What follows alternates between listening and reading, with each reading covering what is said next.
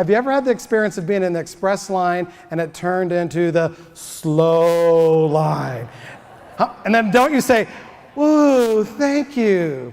You do what Amy did. You take a deep breath and say, time to stretch and relax. No, that's not what we do. It's what we could do. You know what we do? We get angry, we get mad. So this colleague is in front of me. She has one item. It's a loaf of bread.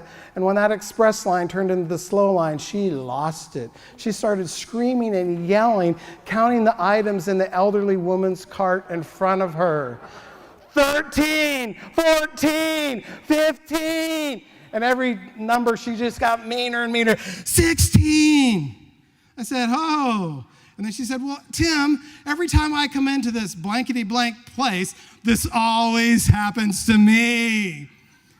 And I thought, wow, this is interesting. And I thought, I'm going to have some fun. So I looked at her and I said, you know what? The same thing. It happens to me too. I know exactly what you're talking about. And she says, you do? You understand? And I said, no, what are you doing?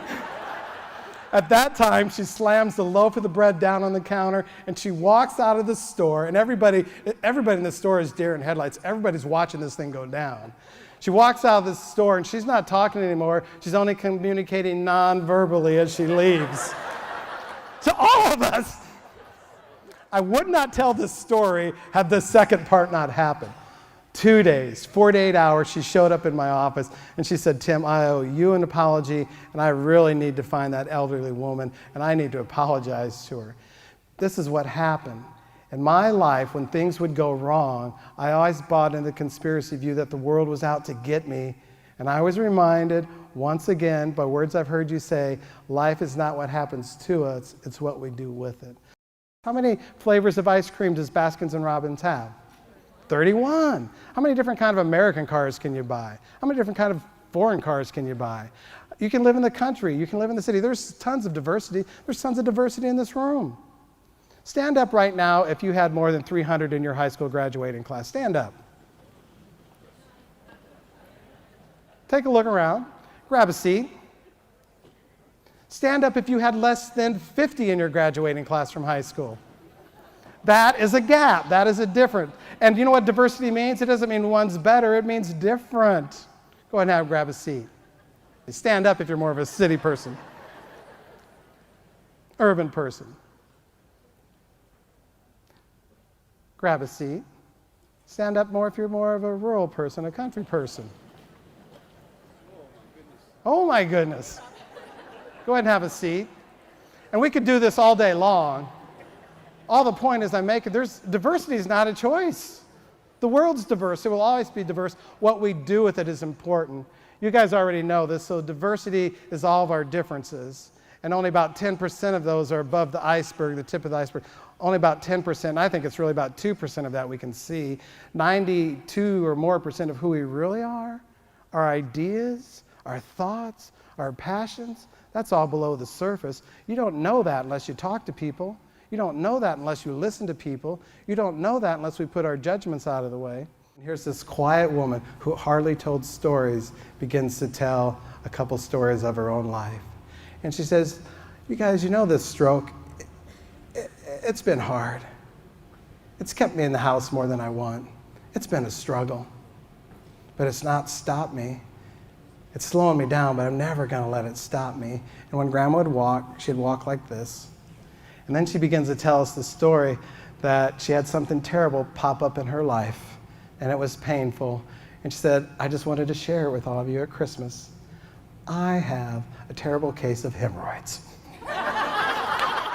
And we start laughing, and we're losing it. And so we're imagining this, because she says, but I'm a self-reliant woman.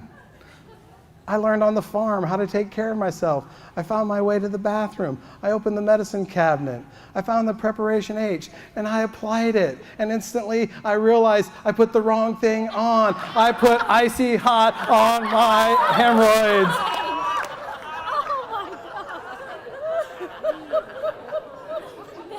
So Grandma's been gone many, many years, but you want to know something? She's still right here. My mom's been gone 13 years. She's still right here. How many of you share those kind of stories? How many of you laugh? How many of you are going to leave here starting to make sure that you get your 11 RDA, your 11 good laughs every day? My son Nick, when he was 3 years old, it was about 3:30 in the morning. I love this kid dearly. I hear his voice go, and I look up. There wasn't one, but there were two strangers in our home. Two burglars. They had broke into our home. My son's room's across from the hallway, and I hear him being frightened, being scared. I don't believe in cussing. My mom, growing up Catholic, if we cuss, we got the soap in your mouth treatment.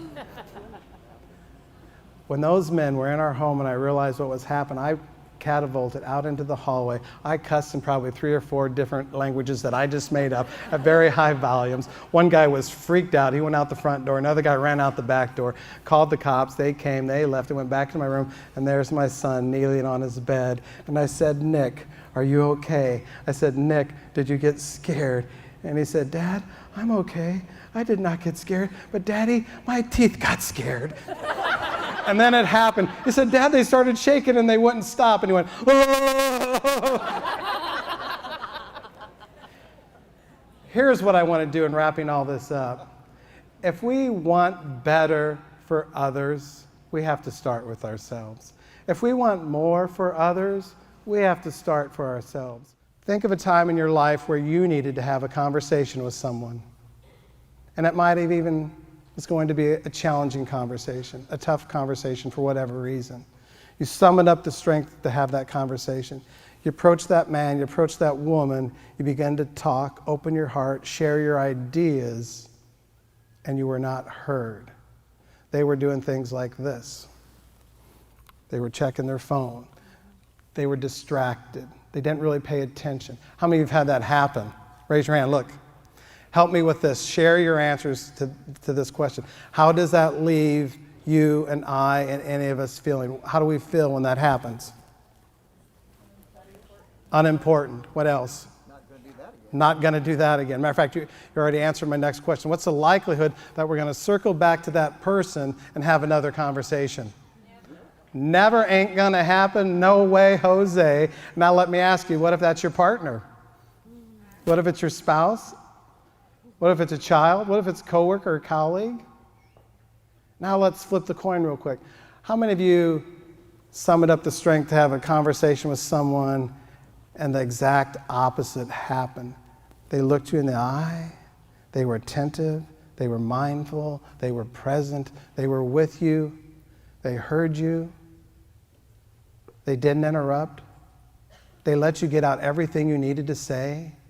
They even listened so well, they were able to read between the lines, and they paraphrased things to you that help you even clarify things. They lifted you up, they empowered you. How many of you have had that experience? Raise your hand. And I have no doubt that you've been that person for many people. How are you left feeling with that kind of experience? Say it again. Successful. And it could even be blissful and awesome and even different because of that conversation, that person. They donated, they contributed, they added value to your life. And what's the likelihood you're going to circle back to that man or woman? Heck yeah, they're my new best friend, hanging out with them. So that's the gift that we can give to somebody every day. And I don't think it should be limited to just our work hours. All that negative thinking, that stinking thinking, it takes over. And before you can even get your face in front of the bathroom mirror, your day's already set with a certain tone. I'll prove it to you. I'll demonstrate it to you. This morning, we all woke up. Sooner or later, we looked into the bathroom mirror. And I have no doubt that everybody in this room, when you did that this morning, and you find yourself looking in the mirror, you looked back saying, wow, MU Extension Summit rocks, baby. It's rocking. Yes, yes. Woo, I love it! As much as you really felt that, I'm sure you didn't say that. And I'm sure we all said something similar to this. And there's actually research that supports these thoughts. We have thoughts like this. I'm tired. Yes, you understand. It's cold outside. I'm going back to bed. I want to go home.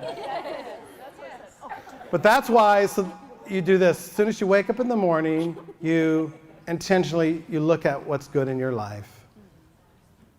You count your blessings. You're grateful. Thoughts are stronger than a laser beam. What we focus on expands. What we focus on is what we become. You wake up with gratitude, and you're intentional about cultivating it. The people that you see in your house. If you have pets, dogs, cats, they're going to notice something different in you. They do know body language. You're going to be driving to work. Instead of being the guy or gal that's doing this to people, you're going to flip that around and start doing this to people. You're going to be the person that comes into the workplace. Instead of pulling people down, you're going to be lifting people up. He says you do this for 7 days, you'll immediately begin at the end of that 7th day. You're going to feel something different in you.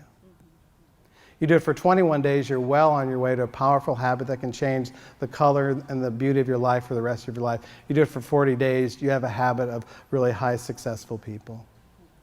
Successful people are tremendously grateful. They count their blessings. They live without awareness. Gratitude, it's really there. It's there for all of us. It's easy to find it in the good times. What we really know about people and what we really learn about people is how well they can find gratitude in even some of the challenging times. Think of that story of my mom. My mom was also a diabetic. She had to prick her finger every day. She loves sweets. She swore she wasn't eating them, but we'd find Baby Ruth candy bar wrappers and Milky Way under her bed all the time. When she's told she only has 1 or 2 days to live, we're saying, Mom, eat up.